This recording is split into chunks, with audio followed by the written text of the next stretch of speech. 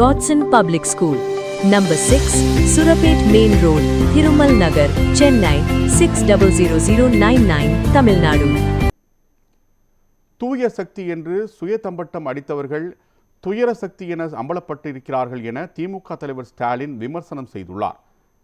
இது தொடர்பாக அவர் வெளியிட்ட எக்ஸ்தல பதிவில் பெரும்பான்மை இல்லாத நிலையில் திமுக கூட்டணி கட்சி தலைவர்களிடம் தாவேக ஆதரவு கேட்டதாக குறிப்பிட்டுள்ளார். இதையடுத்து நம்பிக்கை வாக்கெடுப்பில் அதிமுகவின் ஒரு அணியை ஆதரவாக வாக்களிக்க விலை பேசியதோடு அமமுக உறுப்பினரை கொசுறு வாங்கினர் என விமர்சித்துள்ளார். தற்போது அதிமுக உறுப்பினர்கள் சிலரை பதவி விலகச் செய்து தலைமைச் செயலகத்தில் வைத்தே தன் கட்சியில் இணைத்து கொண்ட கன்றாவி காட்சிகளை பார்க்கத்தான் மக்கள் தாவேகாவிற்கு வாக்களித்தார்களா என வினவியுள்ளார்.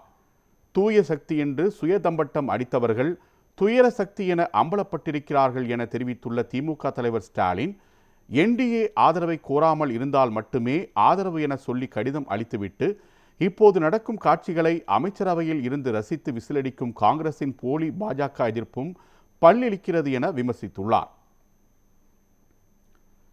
இதேபோல் திமுக நாடாளுமன்ற உறுப்பினர் வில்சன் வெளியிட்டுள்ள பதிவில், அதிமுகவில் தேர்ந்தெடுக்கப்பட்ட 3 சட்டமன்ற உறுப்பினர்கள் கட்சித்தாவல் தடை சட்டத்தை தவிர்ப்பதற்காக 21 நாட்களுக்குள் செயலக வளாகத்திலேயே பதவிகளை ராஜினாமா செய்துவிட்டு தாவேகாவில் இணைந்துள்ளனர் என குற்றம் சாட்டியுள்ளார்.